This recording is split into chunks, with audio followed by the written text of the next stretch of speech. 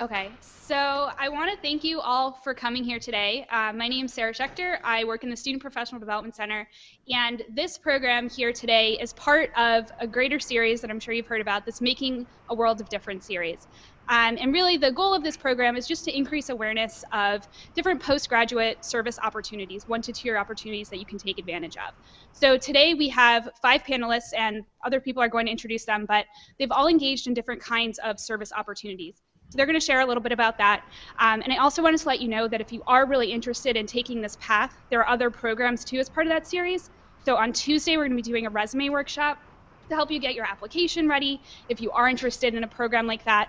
And also, I definitely encourage you to come on Thursday from 3 to 5 p.m. We're doing a service expo. So I think we have 15 to 16 organizations that are going to be coming, and you have a chance to really talk to those different representatives, learn about their programs, learn about their opportunities. So definitely encourage you to come to those too if you can.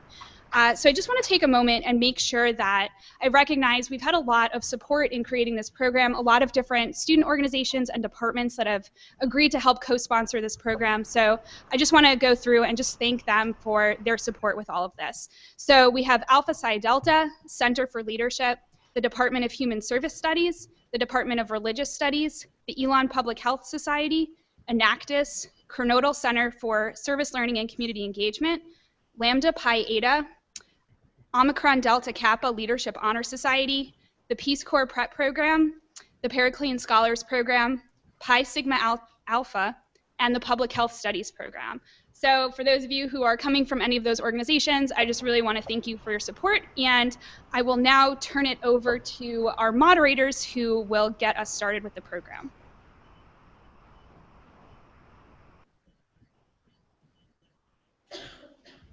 Hi, good afternoon. My name is Bob Frigo, and I'm with the Kernodle Center for Service Learning and Community Engagement, and I'm joined by my colleague, Kat. Hi, I'm Kat Palmer. I'm also in the Kernodle Center. I'm a senior here, and I'm the Communication and Education Intern.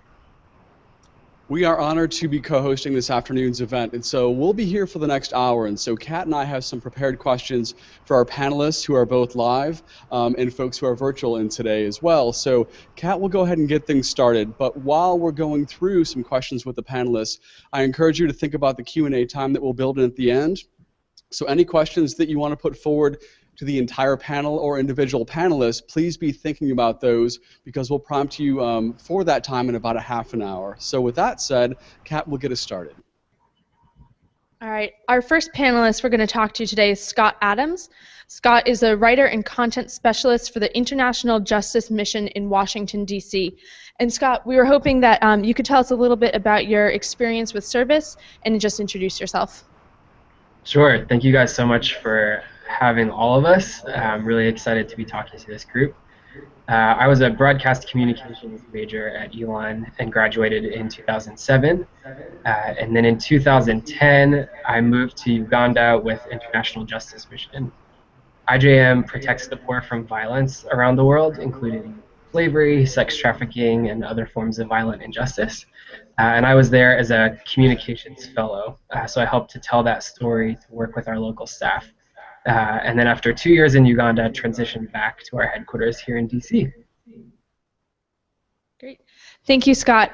We're next going to hear from Alyssa Dilley, who graduated in 2013. She is a clinical information manager at Emergency Medical Associates in Newark, New Jersey. Hi. Can everybody hear me? Okay. Thank you for the introduction. I'm really excited to be here today as well. Like you said, I graduated in 2013. I was a public health studies major, and right now I'm pursuing a career as a physician assistant, or actually applying to the programs. And I was a fellow at the Comprehensive Rural Health Project in Jamkhed, India. While I was there, I assumed various roles. I worked in the hospital. I also did a bit of graphic design for an organization brochure, and I did a lot of grant writing and awards applications for the organization. Was actually able to able to represent the organization in Mumbai when we actually won one of the awards. So I'm back now in the United States. I got back in June. And like I said, I'm applying to PA programs now. Thank you, Alyssa. We're next going to hear from Lexi Kay, who's actually here with us today in person. Lexi is a marketing and outreach coordinator at the Environmental Finance Center at UNC Chapel Hill. Hi, everybody. This is on. Okay. I'm really glad to be here too. It's nice to be back on campus. And so I work at UNC at an environmental policy research center, and I graduated from Elon in 2010. I majored in biology and environmental studies. But then for my year of service, I did something completely different. I worked at the Winston-Salem Forsyth County School System as an AmeriCorps Vista volunteer working in dropout prevention, which totally changed everything that I'm doing now. So happy to share more about it. Thank you, Lexi. We're going to hear next from Brian Kellaway, who is the Senior Associate at Nonprofit Finance Fund in Los Angeles. Thanks, Kat. I appreciate that. And good afternoon to the Elon community. My name is Brian Kellaway, as Kat suggested, and I am coming to you from Los Angeles, California, where I work as financial analyst and consultant for nonprofit organizations, really helping nonprofit organizations develop and use their financial information to make sound decisions and to better communicate these decisions to external and internal audiences. I'm a 2005 graduate of Elon University, Public Administration and Political Science, and I served in the Peace Corps from 2006 to 2008 in the Western Highlands of Guatemala as an appropriate technologies and rural family health volunteer, where we engaged in the construction of what we would consider to be rainwater catchment systems, wood-burning tanks, school water systems with attached bathroom, enclosed restroom facilities. And really the major goal was to inform and train local community members and local community leaders to engage in the construction of these various rural infrastructure projects, and also to equip them with the information and with the skill sets necessary to maintain those rules. So thank you for having me. Thank you so much, Brian. And lastly, we have Christina Strader. She is now a fellow at the Duke Endowment in Charlotte. Hello, everyone. My name is Christina Strader, and I graduated from Elon in 2011 with a degree in business management and religious studies. Then I went to join the Greater Philadelphia cohort of Teach for America in 2011 and stayed there until 2013 working in an alternative high school in North Philadelphia. At that time, I also was able to earn my master's in education. And I'm now, or I guess I should transition. I then spent 2 months with Bike and Build, which is an affordable housing advocacy organization, and did a coast-to-coast bicycle trip over the course of 2 months before I entered my time with the Duke Endowment, where I'm now a fellow. Great. Thank you so much, Christina. And thanks to all of you. So here's our first question. If each of you could respond to this, and we'll start out with Scott. Why did you decide to embark on a service experience after graduating from Elon, and why did you select the program that you did? So why did you decide to embark on your experience, and why did you happen to select the particular program that you did? So Scott, if you can get us started, please. Sure. So I had known for a while that I wanted to do some kind of volunteering, just considering how blessed we are, particularly as Elon students, and a lot of the ways that I had grown up.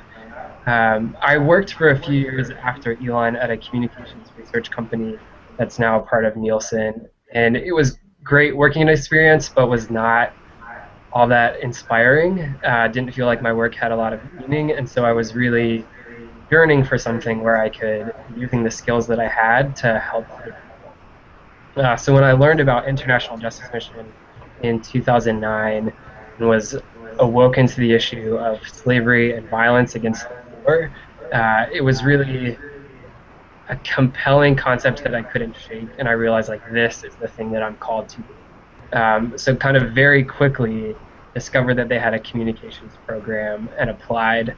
And I resonated with IJM for the mission. I think there just weren't as many people talking about violence and slavery against the poor in the communities where I was. But also IJM's professionalism. So it's a team of lawyers and social workers and investigators who are using their skills to protect the poor. And then just IJM's track record. It's now one of the leading organizations in protecting the poor from violence and fighting slavery. And it gave me an opportunity to do communications, to be writing, taking pictures, doing graphic design, working with local media, to protect widows and orphans in Uganda who were under threats of violence. So it was really a kind of a combination of a really solid mission with an organization where I knew I could use my professional skills, and ended up being a really amazing, life-changing experience.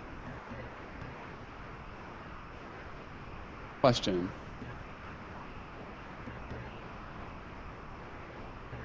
Alyssa, we'll go to you now. Sure.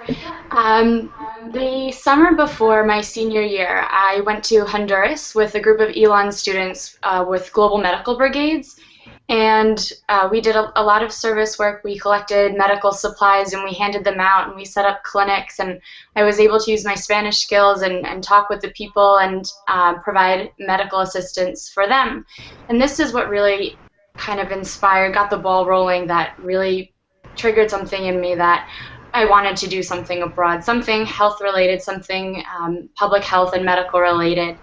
And when I heard about the fellowship that was offered at CRHP, I jumped on it. I had heard about CRHP before from many public health students and actually some faculty at Elon. CRHP and Elon have had a relationship for many years. Actually, the current director of the organization, he graduated from Elon in 1999, so that's been a long-standing connection. And there's actually a winter term class that goes to CRHP. And I had heard from friends on that trip that it was an awesome organization, that it would really connect with values that I had and missions that I wanted to pursue and to continue. Sorry. And the more I heard about it, the more I knew that I would not only be able to get a great experience out of it, but also I was very interested in just learning more about their mission. It's a very unique approach to healthcare that CRHP has, especially working with marginalized groups and obviously in a third world country in a very rural environment. And honestly, the lessons I learned and the experiences that I had there, I think I would not have gotten at anywhere, any other organization. It's a very, very unique. And these are principles that, as my job now at the hospital, and as I'm applying to PA school, I know that these ideas will inspire me daily and throughout my life. Thank you so much, Alyssa. And Lexi. So growing up and then reinforced here at Elon was a strong commitment to service, and I was always involved in service here at Elon. But my senior year, I went on a service learning trip to India to teach science to school kids there. And before that trip, I thought I wanted to do hardcore science. I wanted to be in a lab. But this trip helped me realize that education was really important to me. And just seeing how working with people on the ground could really change the way that they understand the world and help them learn new things. So with that new knowledge that I wanted to teach, I thought a good way to spend a year would be to go into a school system. And I found AmeriCorps Vista and saw that there was an opportunity in my hometown. And that seemed really appealing to me. A lot of people want to go across the world to make a difference there. I wanted to make a difference in my hometown, and I wanted to learn more about it. So I chose to go embed myself in the school system in Winston-Salem, working on dropout prevention issues, which was something that I had never thought about before. And probably many of you being here where you are don't realize how big of a problem high school dropout is, particularly in North Carolina. It's a big task. And so that was an eye-opening experience for me. And I chose to do it, as I mentioned, for my hometown, but also for me because I knew that I would learn a lot. And it gave me an opportunity to see the world from a different perspective. And it gave me a lot of skills that I would not have otherwise gotten, just working with diverse groups of people, working on more administrative things. There was a lot of data management involved, unfortunately. Yeah, I think that's pretty much the story of it. I wanted to do something before I went to grad school that was a little bit different. Thank you, Lexi. And Brian. Yeah, looking back now, really my progression into the Peace Corps, it seems pretty clear at this point. However, at the time, it wasn't quite so obvious. I would echo what Lexi said in that a value my family has always held and emphasized was service. And really, for me, that's one of the reasons I selected Elon as my university of choice, was the opportunities to continue providing service while enrolled at the university, as well as the opportunities to study abroad was a big aspect of my consideration when selecting school. But for me, and unique, I guess, showing my age in some ways, I was actually a freshman in 2001, sitting in my global studies course when the September 11th terrorist attacks occurred. And really, as a result of that, it immediately changed my worldview in a variety of ways and really informed my experience and a lot of my motivation as far as my studies were concerned while I was Elon in my subsequent years. For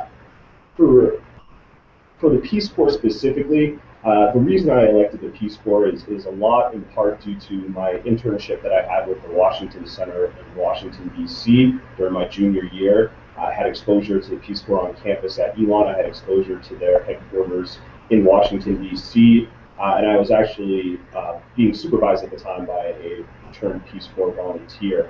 So when I graduated from Elon, I knew that I wanted to be engaged in some type of service before jumping into my eventual career path.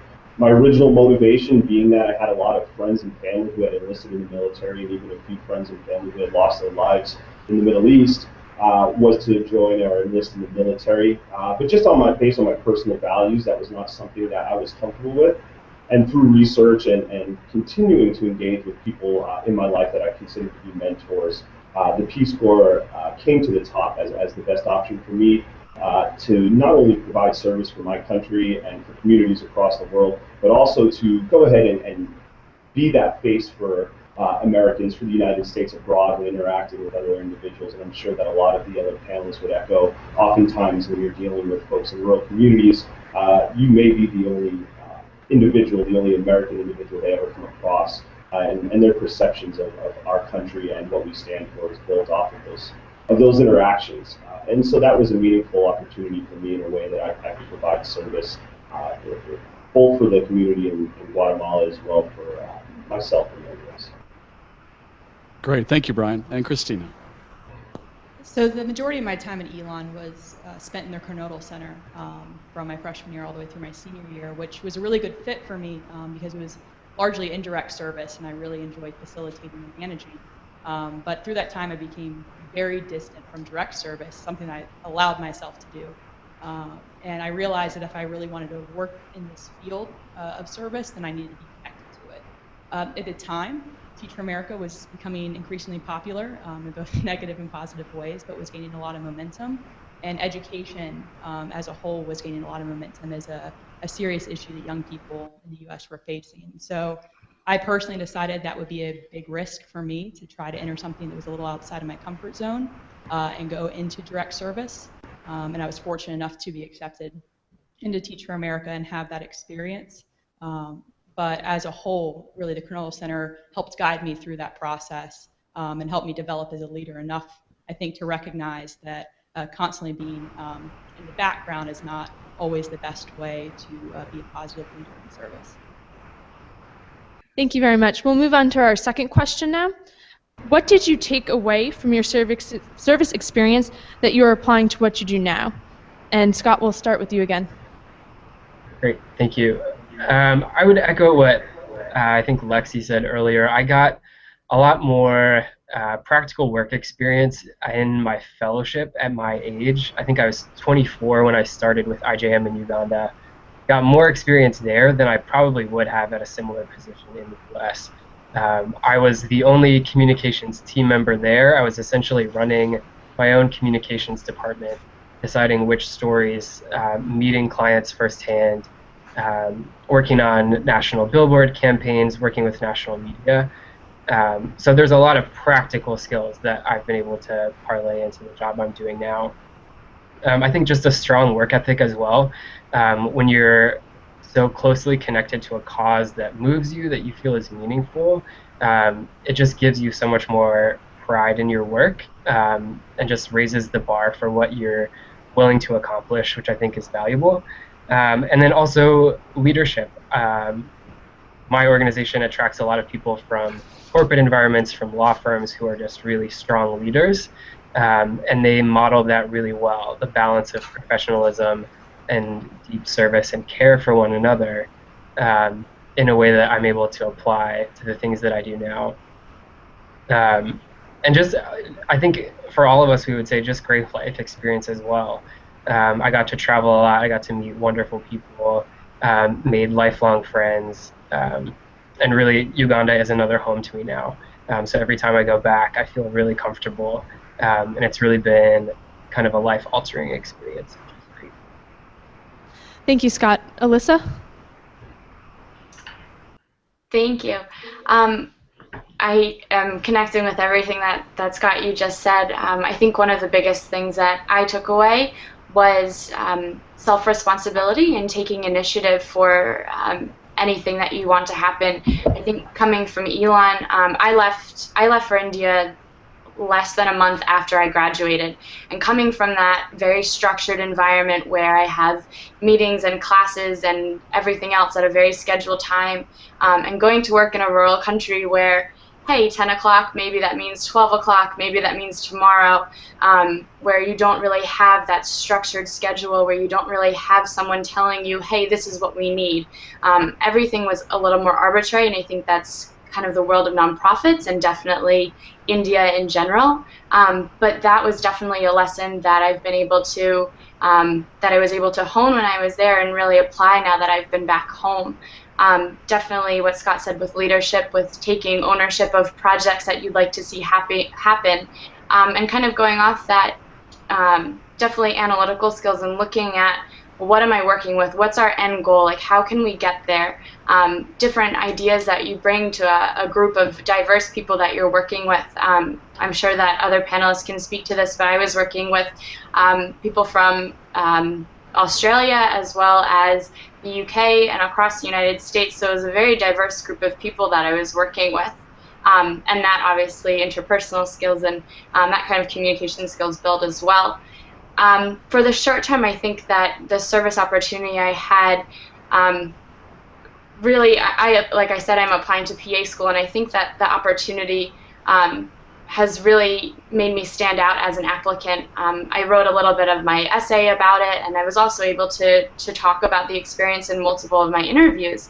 And I think that really says a lot about a person, that you can handle being in a situation where you've never been before, and being able to be adaptable and take that initiative, like I said.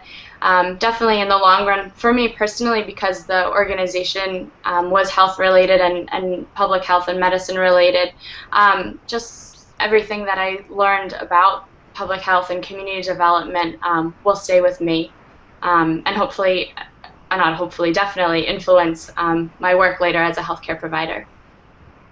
Thank you, Alyssa. Lexi? I'll definitely echo a lot of the things that Scott and Alyssa talked about. Leadership was very important. Technical skills, on-the-job skills, very important.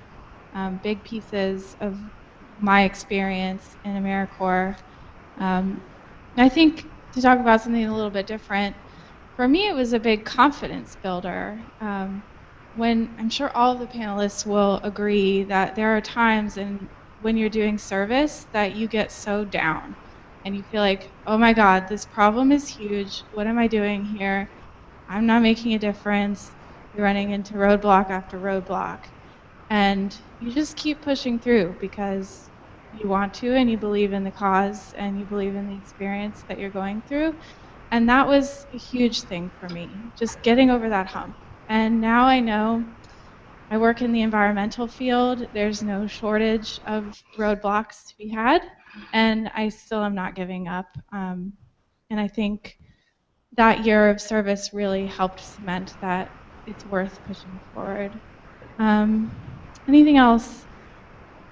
I think it did help in getting a job, actually. A lot of places that I interviewed and applied to were very impressed that I took the time to do this, and it gave me great perspective to write about in my grad school application and in scholarship applications. Yeah. Thank you, Lexi. And Brian, could we hear some of your experiences? Sure, and understanding the word ditto would probably not be appropriate here. I'll try and be a little bit more thoughtful. So for me, what I've noticed as a direct service provider, I was a program manager for a services organization here in Los Angeles prior to my current role, and even in the work I'm currently doing. Collaboration is really key, and me really executing on my goals and deliverables in my own work. And so something I took away from the Peace Corps is really just the importance of engaging all of the stakeholders in the design and implementation of our work. The first thing, or one of the first things they talk to us about is not only assimilating into the community, but really mapping the community and understanding what the community needs are, not from the perspective of someone coming from the United States, but from the perspective of the community members themselves. And that's definitely something I've utilized working here in South Los Angeles, as well as currently in the role that I'm in, where I'm working with nonprofit organizations and leaders. I would also say that, and again, in all three positions, or in Peace Corps and in the subsequent roles I've had, really just understanding the complexities and challenges facing small nonprofit, non-governmental, and really international development organizations, the challenges they're seeing in achieving their mission specifically based on the absence of the appropriate financial investment or capital structures in the organizations, as well as just having really the financial insights and the appropriate resources to execute on those missions. And so that's something that having had to do with in the Peace Corps in a very rural setting without access to much as far as resources has made a lot easier in the transition back into the work that I'm doing currently in the States. The last point I would make is just empathy in general.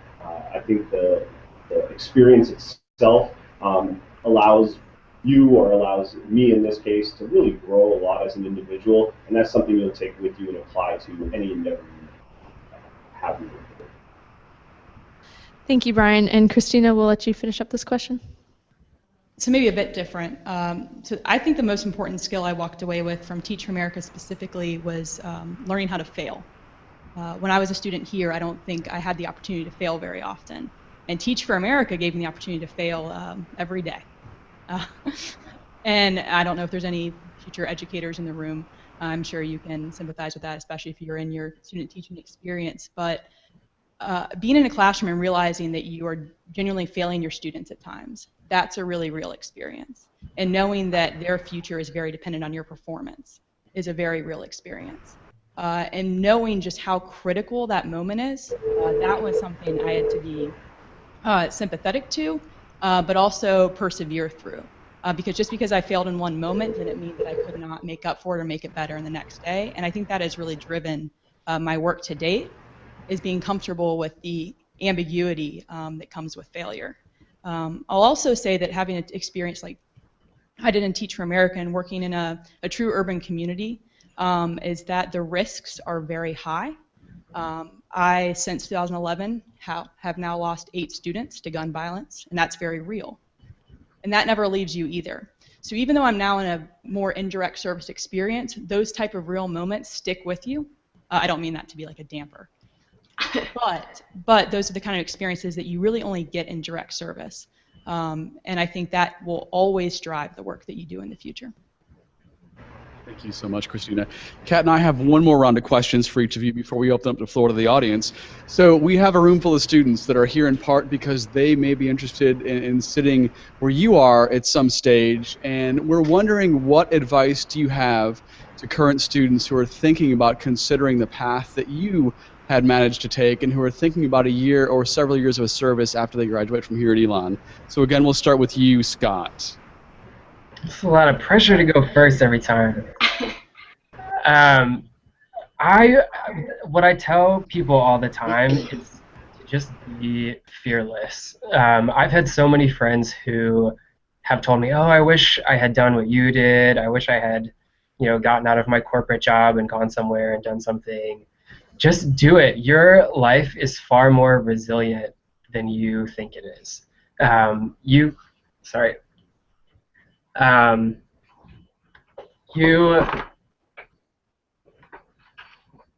I lost my light. Do you want to come back to me? If you want to keep talking, we can hear you just fine. Okay, I'm just dark. I would say your life is more resilient than you think it is. You can defer your student loans. If you have parents who are there to support you, that's awesome. But a year of your life, 2 years of your life in the grand scheme of things will only add value.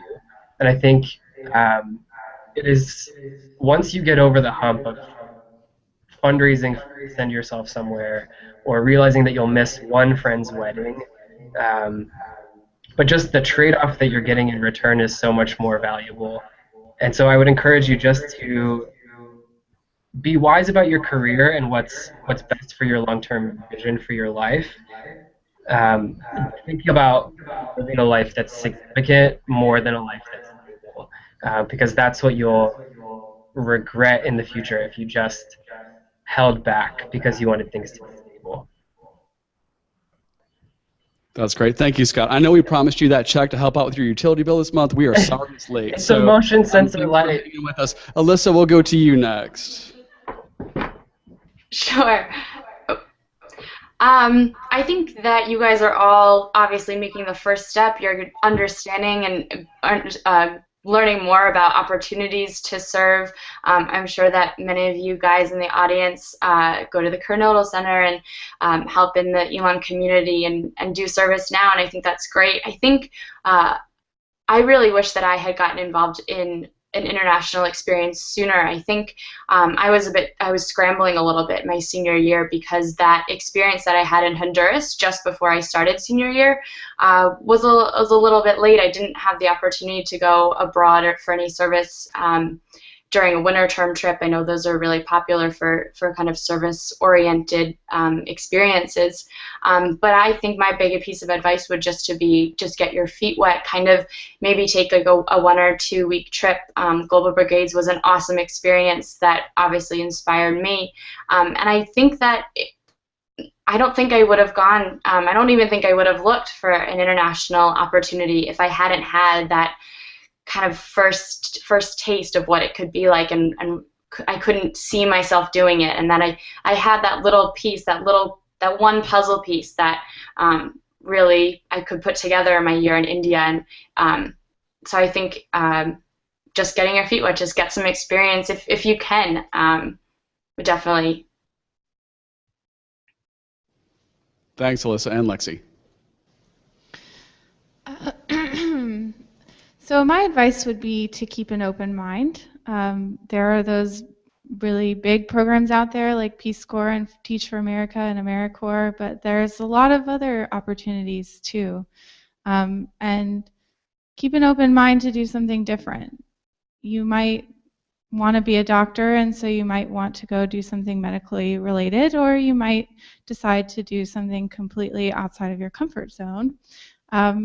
And that is going to have a huge impact on your life and is going to build skills and change the way that you see things. So don't be afraid to take big risks, and don't be afraid to explore new areas. That would be my advice. Thank you. And Brian? For the Peace Corps specifically, I would say get as much information as you can. And you're doing the first step, which is really attending these type of sessions. It sounds like they'll be on campus in the next few weeks to talk to folks as well. But I would really encourage you, and even make myself available to folks in the audience who may be interested. I would follow up and speak with a returned Peace Corps volunteer and spend some time asking some hard questions. Today we're going to highlight a lot of the great and wonderful things that happened, but as you've already heard from a few folks, there are definitely challenges. There are definitely issues of homesickness, physical sickness. There's issues around assimilation and cultural differences.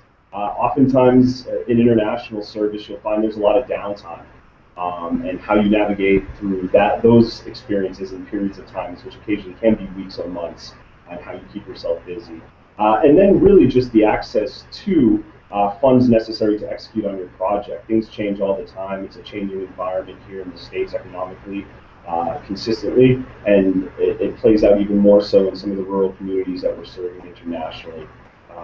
So getting as much information as you can and making an informed decision as to what's best for you And then, as the others have mentioned, really just taking the chance and taking the opportunity. Peace Corps specifically, the two largest pools of applicants that they pull from are recent college graduates and are folks who retired.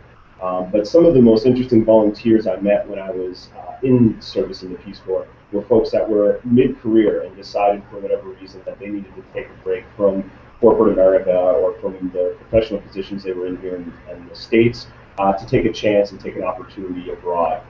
So be fearless and definitely take on the challenge head first. Thank you, Brian and Christina.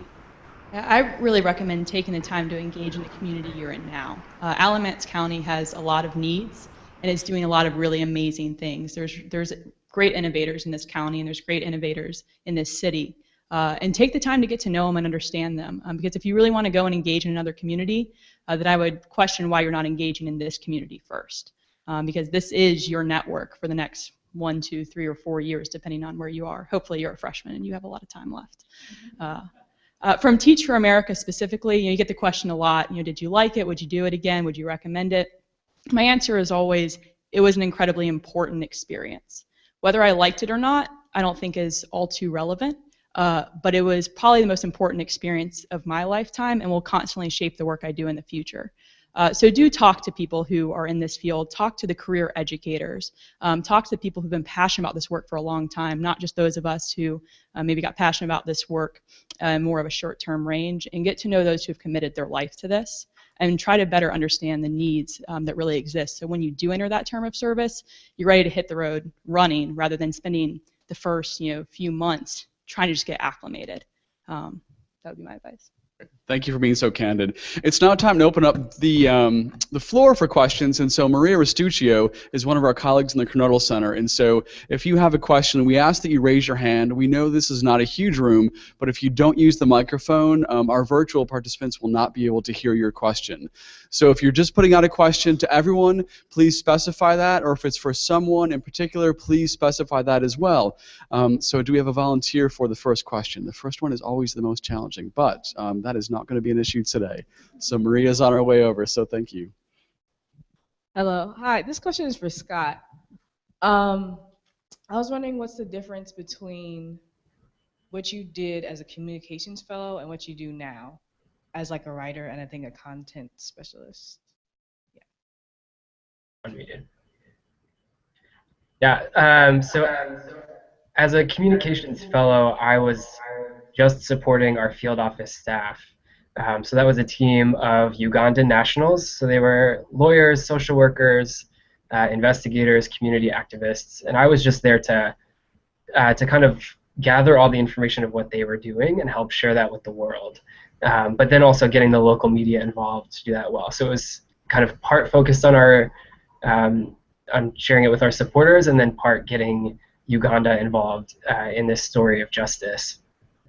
So now that I'm back in DC, I still am on point to cover breaking news stories from our Africa field offices. So we have offices in Ghana, Kenya, Rwanda, and 2 in Uganda. But then I'm also doing all of the writing for our U.S. marketing, mobilization, fundraising, advocacy, student mobilization. So I get to be involved in all the different teams that are sharing our story, which is really exciting. Yeah, I'm kind of being the voice for this movement in a lot of ways, which is great. Is that helpful? Yes, it was. Thank you. Scott, next question, please. Sarah. Hi, this is one for everyone who has an answer. So my question is, what is one thing that you wish you had known going into this and that sort of was, I don't know, something that you were unprepared for in your service experience that you could have prepared for earlier?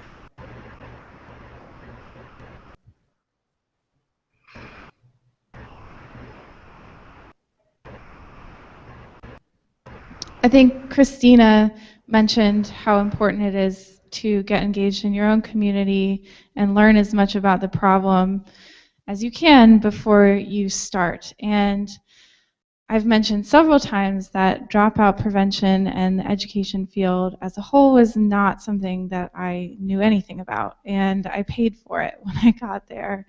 It was a steep learning curve, and I guess depending on your situation, you may or may not have time, but as much as you can, just try to get in the mindset of thinking about the problem that you're going to be working on.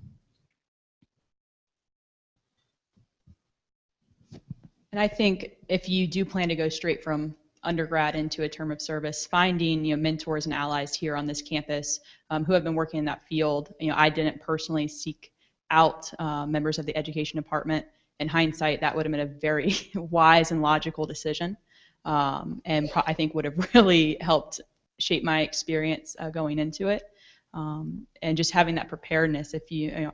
For me, I applied to Teach America before my senior year even started and knew by Thanksgiving. So I had a lot of time to plan for, and in hindsight, I could have used that time far more valuably on this campus because, again, there's so many experts here in your backyard.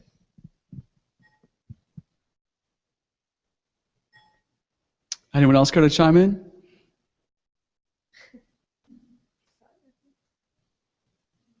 We'll go to Scott. Great.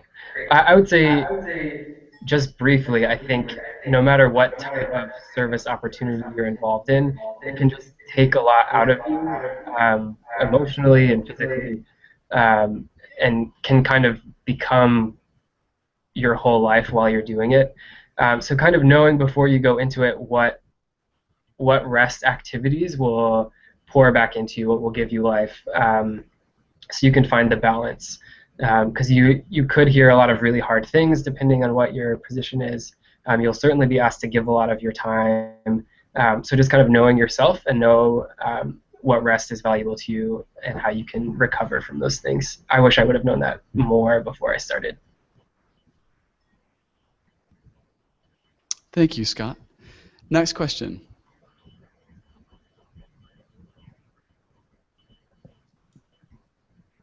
Not to be negative, but more like critical. How do you think the communities that you worked with viewed the work that you guys did there? Like, was it more of like a providing service or partnership type thing? On that topic.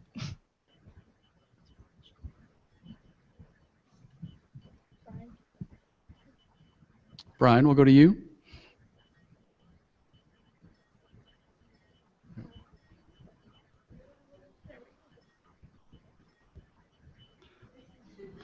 Brian, can you hear me? We can't hear you right now.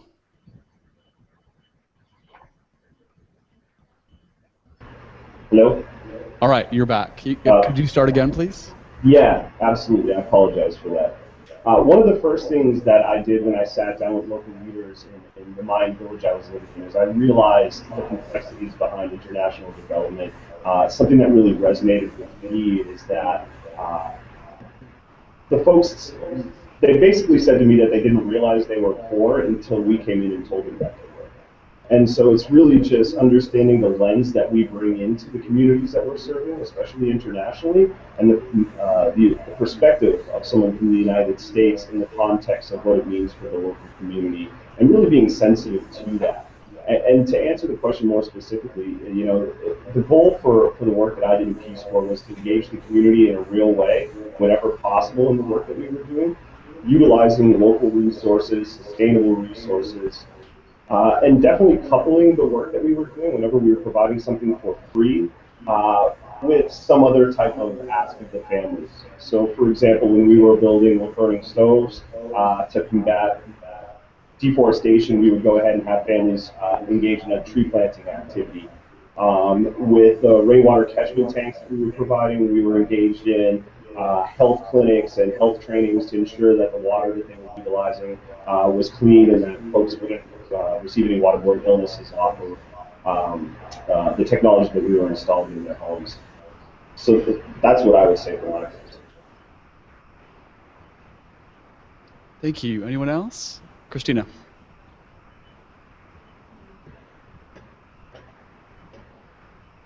Really glad you asked this question because I was very fortunate because I was the only Teach for America teacher in my particular program. So I was working not just with people who have been spending their career doing the work, but specifically most of my staff was from North Philadelphia, from that neighborhood. And that was a great privilege to be working with people who actually grew up in that environment. And I had a lot to learn. And I think the way you approach the situation says a lot. If you go in thinking that you're just going to go in and save the world, that will be perceived very quickly by both the staff and the students. But if you go in modestly and understand that you're there to learn from people who, again, have made a career out of this, then in my opinion, as long as you're being true to yourself, you'll be very well received. And I think people appreciate if you are just truly open and honest that you are not an expert. This is not your background, but you want to give as much as you can in that time in partnership with everyone else who's doing the work. In my case, in partnership with the students, because those are my most important allies. Thank you. Another question, please?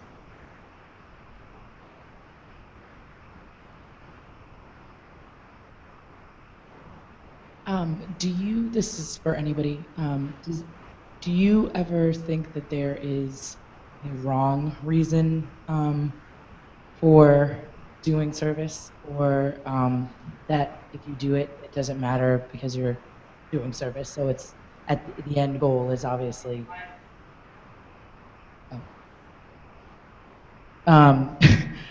Anyway, yeah. So just to repeat that, do you think that there is a negative reason or wrong reason for doing service, or is it just good because you're doing it?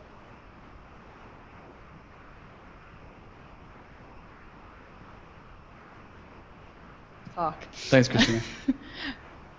No, go right ahead. Yes.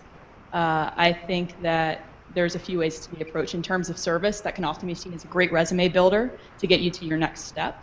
I trust that most people who want to go into a service field have good intentions. I also trust there's always going to be the few who see it as a really great thing to have on their resume to get into med school or law school. And I don't want to discredit the fact that that exists. Maybe you read Toxic Charity lately, and that might be what's driving this question. But I do think there's this do no harm clause that should apply to every work you're doing. And oftentimes, well-intentioned programs and well-intentioned initiatives can actually be very toxic. We didn't know we were poor until you told us. It was being very sensitive to that community. If you're going in on your high horse, thinking you're going to save everyone of their horrible life, that's just no way to go about it. And in reality, you probably will do more harm. As a teacher, I had a lot of room to do a lot of harm, and you want to make sure there's people going into the field who have the most dedication and intentions in it. Now, how you screen for that is I think a bigger question that a lot of these terms of service organizations have to figure out. Of how you really screen for those, particularly in a time when the economy might push more people into terms of service than traditionally. But I think it's a great question and something to continue to think about, because just because you want to do service and do good doesn't mean when you get there you're necessarily going to be adding value. Thank you. Other thoughts on that?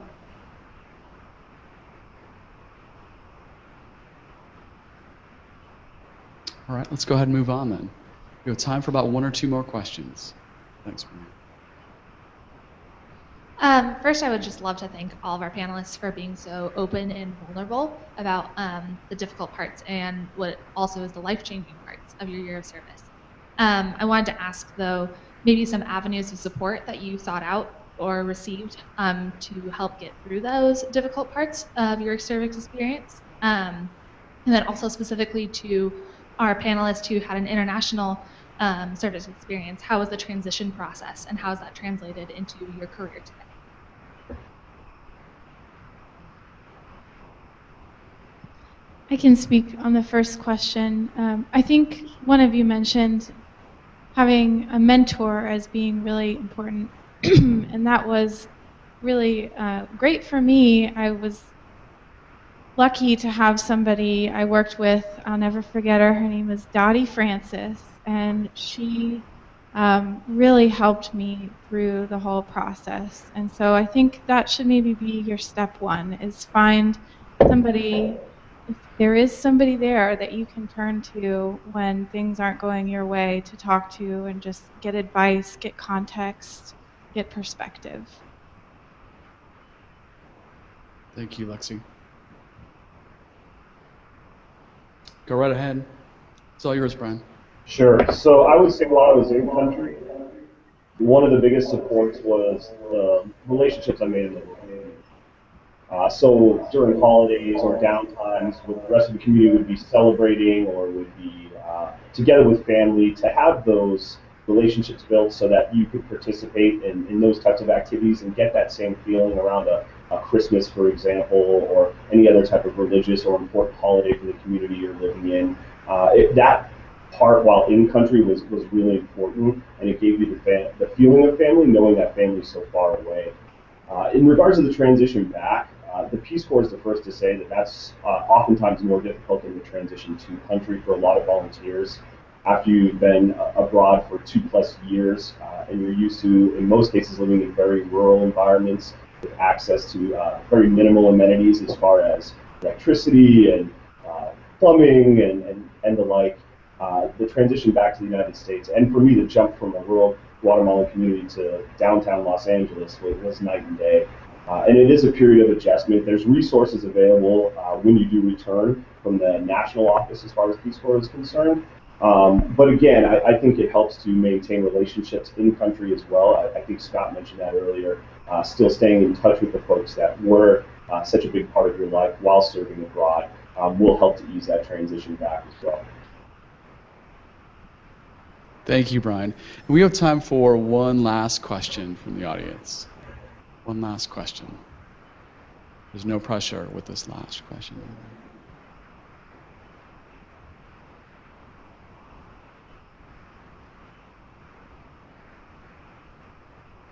I could speak to that last question. Yes, go right ahead, Scott. Okay. So I think while I was in country, there's kind of this adjustment roller coaster. You have your like honeymoon phase, and then you hate everything, and then you're kind of even out. I went through that about every 2 months throughout the 2 years when I was there. And so that I would just have to get used to the fact that every couple of months I didn't want to go outside and get stared at and yelled at for being the only white guy in my community. So I would stay home on those days and eat food from my care package and watch bootleg DVDs of New Girl, and I had to be comfortable with that, and it was great. Coming back was a lot harder for a lot longer than I thought it would be. To Brian's point as well, RGM did a great job of helping me to transition, to think through a lot of the questions I was having about good and evil in the world, about the wealth that we have in the States, the things that I was missing back home. But you just kind of have to find key people that you can process with who've gone through similar experiences, keeping contact with the people back in the home country, and just understanding that it takes time to heal from that, because it is a grieving process, and I had to learn to accept it as a grieving process to come back, which was a total shift, but you get through it. Thank you, Scott. As we're concluding here today, if you could think of one brief thought that you would like to leave us with, one brief thought, and Alyssa, will start with you.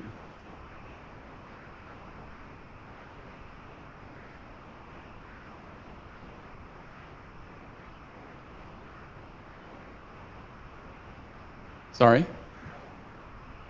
Okay. Your mic is muted. Alyssa, sorry, your mic is muted. Could you unmute your mic? I'm not able to reach over and do that for you.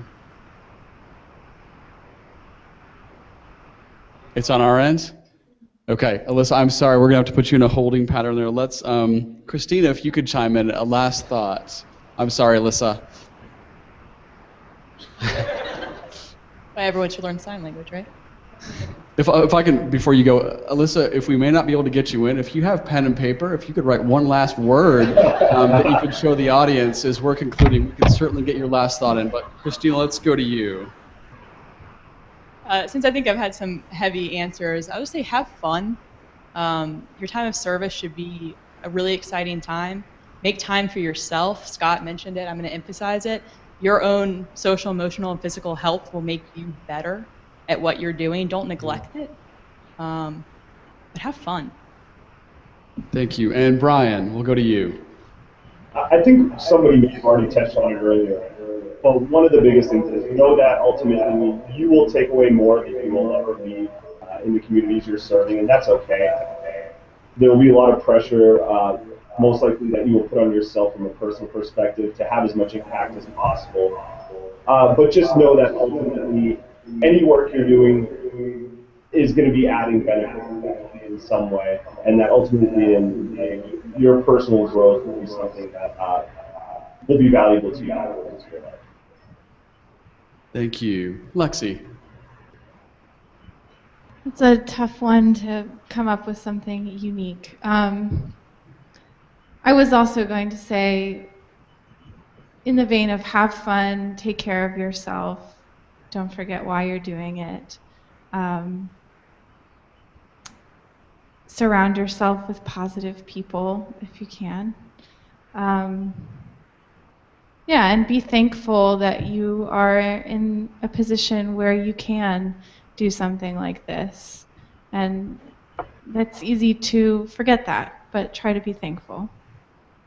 Thank you, Lexi. And Alyssa, we hope you've had a bit of time for a visual, perhaps? Oh, can you Wonderful. We can hear you now. Oh, great. Great.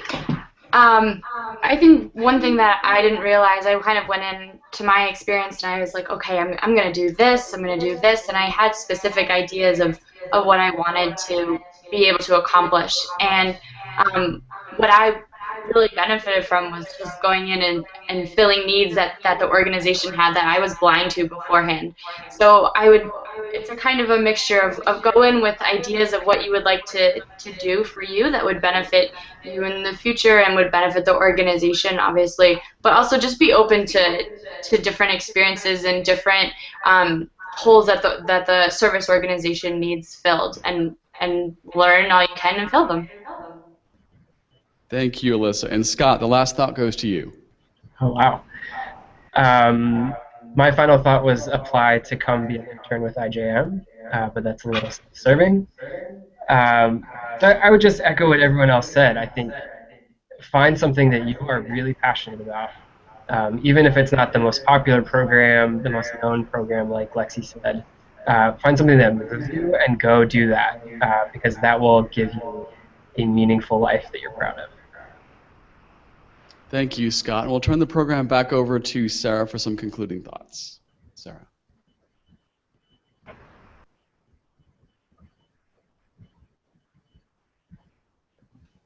Okay, so the first thing I want to do is give a huge round of applause to our panelists, both virtual and live.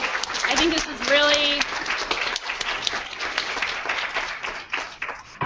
this was really, really informative, and I know that a lot of them have already offered, if you have other questions, they are very open to further discussing their different experiences with you.